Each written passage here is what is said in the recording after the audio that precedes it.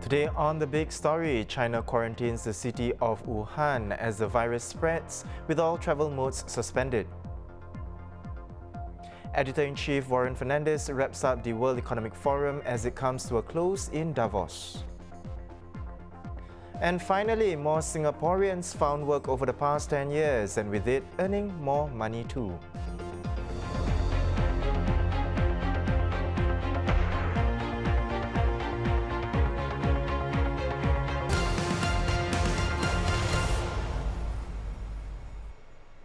It's Thursday here in Singapore. You're watching The Big Story, where we will discuss the hottest topics of the day and explain why they matter. I'm Haryanto Diman, coming to you live from the Straits Times newsroom.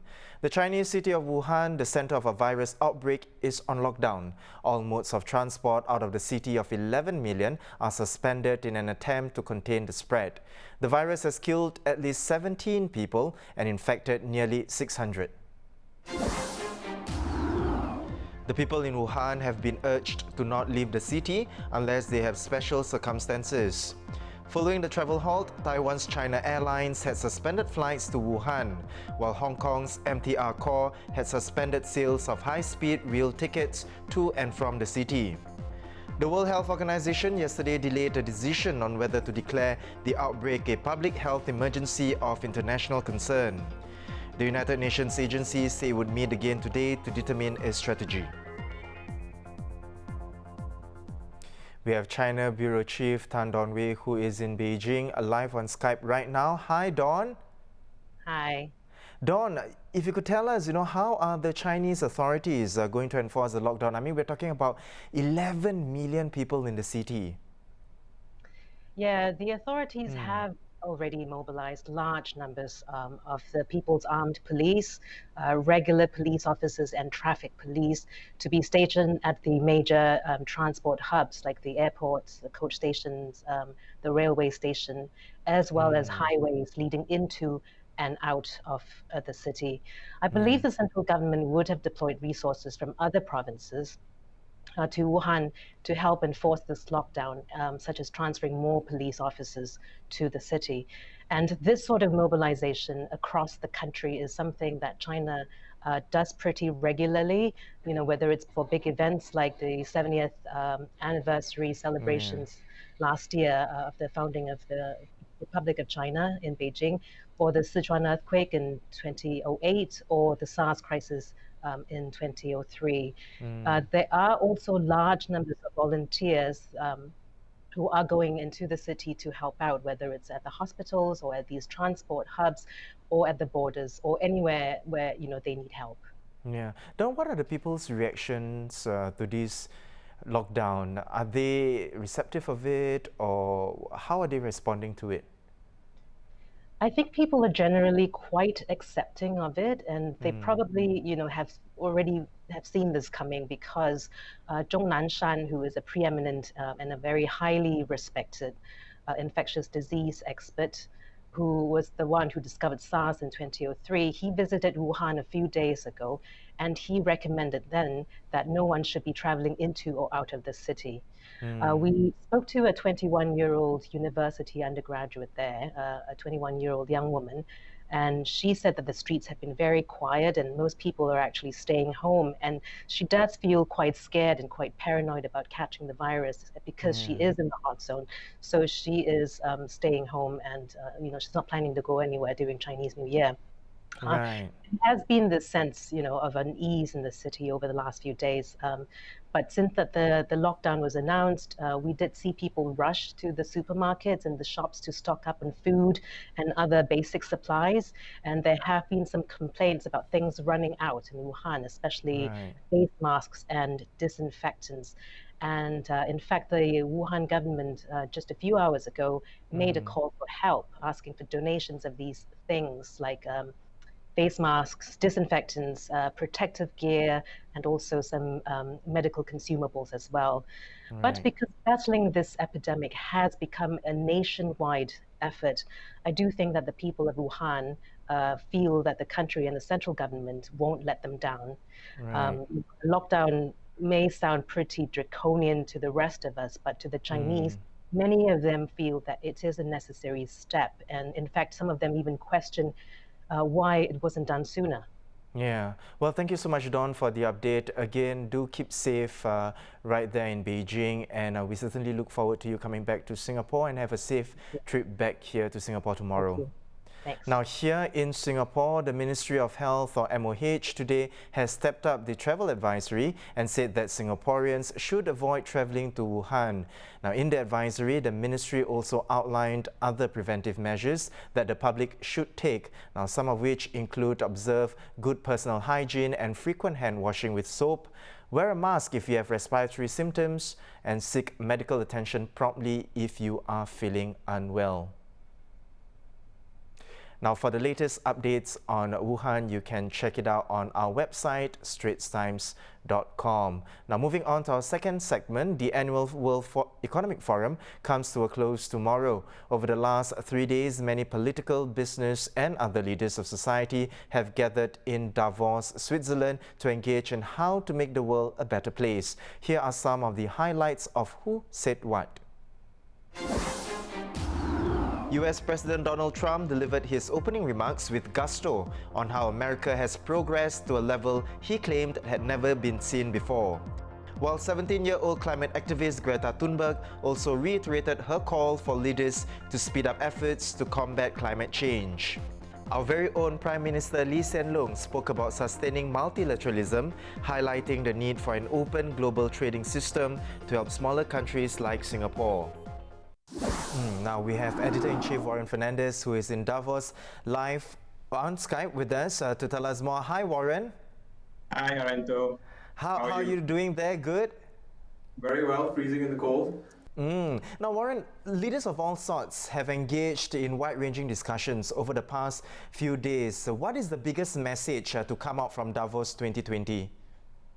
Well, Arianto, there are literally hundreds and hundreds of sessions taking place in parallel all around Davos, from climate change to robotics to forest fires in the Amazon.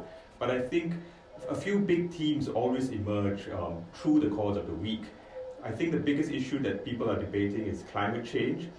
We've heard from Trump, a very sort of sunny, techno-optimistic view of the world. He likened it to building a cathedral which will take hundreds of years and technologies will be found along the way to solve the problems that might arise.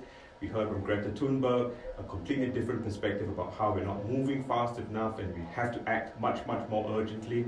I think the business leaders here want practical solutions because you have to continue to provide goods and services and economic growth that people want and the energy you need to power all of that up. So they're looking at how to do this in practical, realistic ways. That's one big topic that's emerged. I think the second is the whole debate about what's called the tech Cold War that's emerging between China and the US, the Huawei question. And business leaders are already seeing this play out and having to make big decisions about where to put their money, their investments on alternative supply chains because there's a lack of trust on both sides. And therefore they feel they need to develop their own supply chains and they're not going to be able to rely on each other. And that's going to have big economic impact.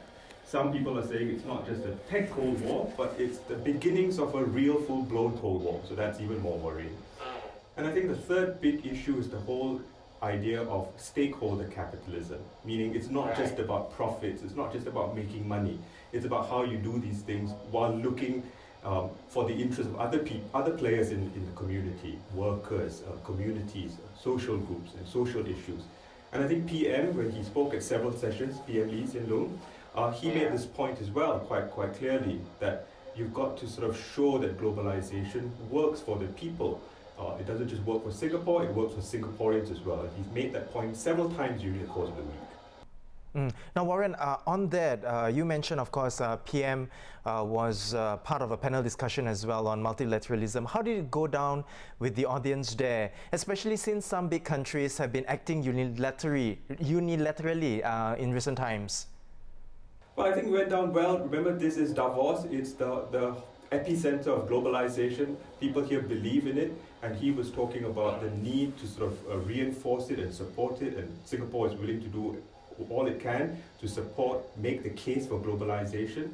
Because for Singapore, it's an existential question.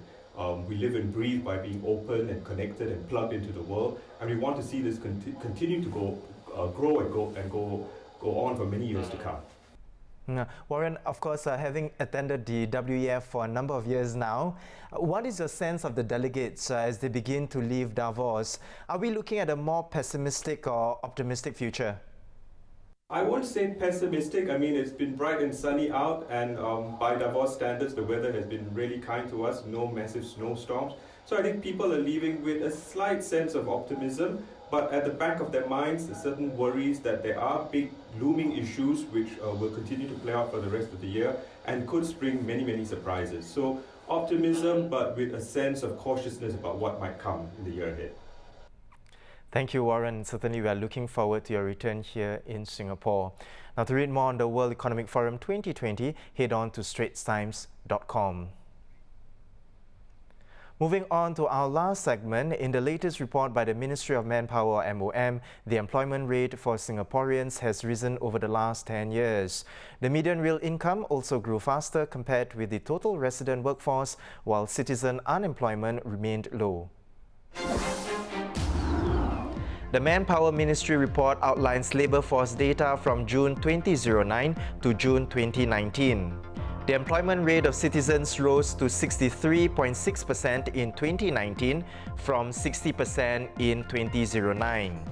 This was driven mostly by older workers aged 65 and above. The employment rate for working-age citizens aged 25 to 64 climbed in the same period to 80.5% in 2019 from 75.6% in 2009. The report also said citizens fared slightly better than PRs when it came to income growth for full-time workers. We have senior political correspondent Grace Ho to share more. Welcome, Grace. Now, Grace, it appears to be a rosy picture despite some economic qualms. What are the takeaways from this report?